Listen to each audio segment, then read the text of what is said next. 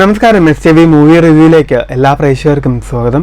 നമ്മളിന്ന് സംസാരിക്കുന്നത് ടൊവിനോ തോമസിനെ കേന്ദ്ര കഥാപാത്രമാക്കി ജിതിൻ ലാൽ സംവിധാനം ചെയ്ത അജയന്റെ രണ്ടാം മോശം എന്ന ചിത്രത്തെക്കുറിച്ചാണ്.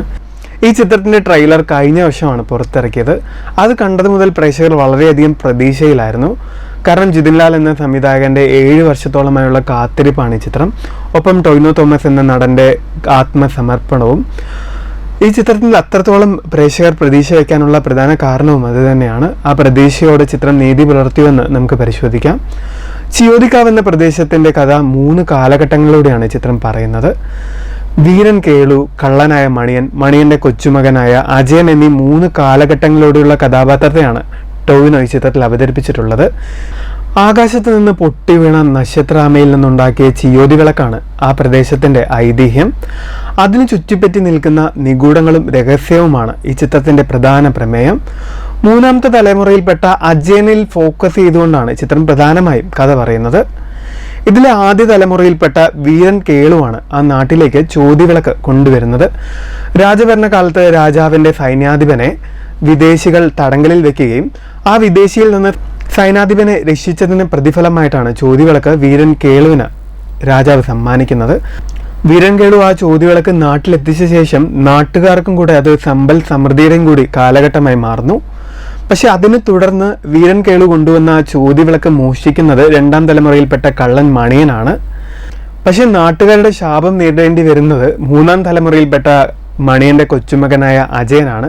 അങ്ങനെ 3 കാലഘട്ടങ്ങളിലൂടെ ഒരു പ്രധാനപ്പെട്ട ഒരു കോർ ഐഡിയയെ ഫോക്കസ് ചെയ്തുകൊണ്ടാണ് ഈ ചിത്രം കഥ പറയുന്നത്.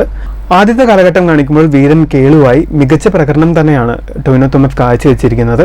പ്രത്യേകിച്ച് ആ യോദ്ധാവിന്റെ പ്രകടനമൊക്കെ വളരെ ഗംഭീരമായിരുന്നു. ആദ്യത്തെ സീനിൽ തന്നെയുള്ള ഒരു ഫൈറ്റ് സീക്വൻസ് ഒക്കെ ഗംഭീരമായിരുന്നു.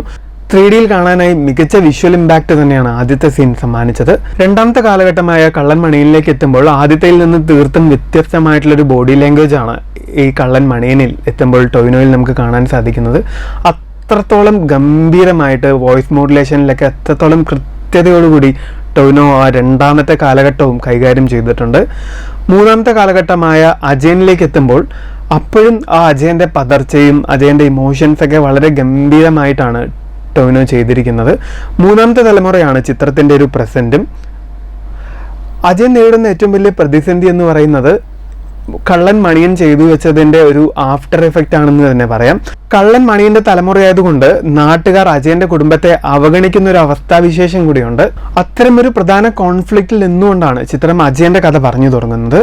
ചോദ്യ വിളക്കുന്ന കോർ ഐഡിയയെ അഡ്വഞ്ചറും ഫോക്ലോറും ഒക്കെ മിക്സ് ചെയ്ത് വളരെ മികച്ച രീതിയിൽ അവതരിപ്പിക്കാനാണ് ചിത്രം ശ്രമിച്ചിട്ടുള്ളത്. പക്ഷേ ഈ ചിത്രം നേരിടുന്ന ഏറ്റവും വലിയ പ്രതിസന്ധിയായി തോന്നിയിട്ടുള്ളത് ഇതിലെ 2ാമത്തെ കാലഘട്ടമായ മണിയനിലേക്ക് എത്തുമ്പോൾ ഈ ചോദ്യവിളക്ക് അപഹരിക്കാനായി മണിയൻ എടുക്കുന്ന ഒരു തീരുമാനമുണ്ട്. അത് അത്രത്തോളം കൺവിൻസിങ് ആയി തോന്നിയില്ല. 3ാമത്തെ തലമുറയായ അജയനിലേക്ക് എത്തുമ്പോൾ അജയൻ നേരിടുന്ന പ്രതിസന്ധിയും മണിയൻ ഉണ്ടാക്കി വെച്ചൊരു ആഫ്റ്റർ ഇഫക്റ്റും ഒക്കെ ചിത്രത്തിലുടനീളം വളരെ എൻഗേജിംഗ് ആയി കൊണ്ടുവരുന്നത് പോലെ ഫീൽ ചെയ്തതുമില്ല. രോഹിണി, സുരഭി ലക്ഷ്മി, ഐശ്വര്യ രാജേഷ്, മധുബാൽ തുടങ്ങിയവരാണ് ഇതിലെ പ്രധാന കഥാപാത്രങ്ങളെ അവതരിപ്പിക്കുന്നത്. അവർക്കൊക്കെ വലിയൊരു സ്ക്രീൻ പേസ് ഉള്ള കഥാപാത്രമാണ് ചിത്രത്തിലുള്ളതെന്ന് പറയാൻ സാധിക്കില്ല. അവരെ വെച്ച് നോക്കുമ്പോൾ ബേസിൽ ജോസഫിനാണ് കുറച്ചുകൂടി ഒരു സ്ക്രീൻ സ്പേസ് ഉള്ളൊരു കഥാപാത്രമായി തോന്നിയത്. പക്ഷെ ബേസിൽ ജോസഫിന്റെ തമാശകളും പലയിടങ്ങളിലും ഒരു കല്ലുകടിയായിട്ട് ഫീൽ ചെയ്തു. അതിനോടൊപ്പം തന്നെ അജയന്റെ ഒരു പ്രണയത്തിന്റെ ട്രാക്കും ചിത്രത്തിൽ പറഞ്ഞു പോകുന്നുണ്ട്. അത് പ്രധാന കോൺഫ്ലിക്റ്റിനോട് ഒരു തരത്തിലും നീതി പുലർത്തിയതായും ഫീൽ ചെയ്തില്ല. ആകെ മൊത്തത്തിൽ ഐഡിയ ഗംഭീരമായിരുന്നെങ്കിലും വലിയ ക്യാൻവാസിൽ കഥ പറയുമ്പോൾ കുറച്ചുകൂടെ ഉറപ്പുള്ളൊരു തിരക്കഥ ഇല്ലാത്തത് മൂലം ചിത്രം പല ഭാഗങ്ങളിലും ഒരു ഇഴച്ചിലാണ് ഫീൽ ചെയ്യുന്നത്. സംവിധായകൻ ജിതിൻ ലാലിന്റെ ആദ്യ സംവിധാന സംരംഭം എന്ന നിലയിൽ ഒരു മികച്ച അറ്റംപ്റ്റ് തന്നെയാണ് അജയന്റെ 2ാം മോശം എന്ന ചിത്രം. കുറേ നാളുകൾക്ക് ശേഷമാണ് ജോമോൻ ജോൺ ഛായാഗ്രഹണം നിർവഹിച്ച ഒരു ചിത്രം തിയേറ്ററിൽ കാണുന്നതും.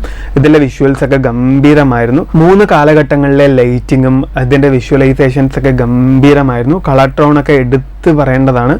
പശ്ചാത്തല സംഗീതവും മികച്ചതായിരുന്നു.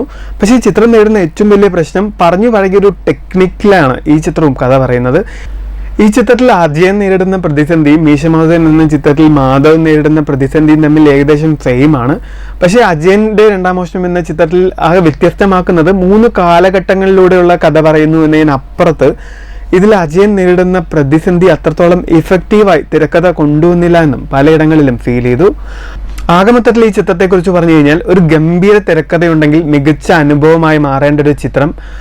തിരക്കഥയുടെ അഭാവം മൂലം ഒരു ശരാശരി ചിത്രം മാത്രമായി മാറി.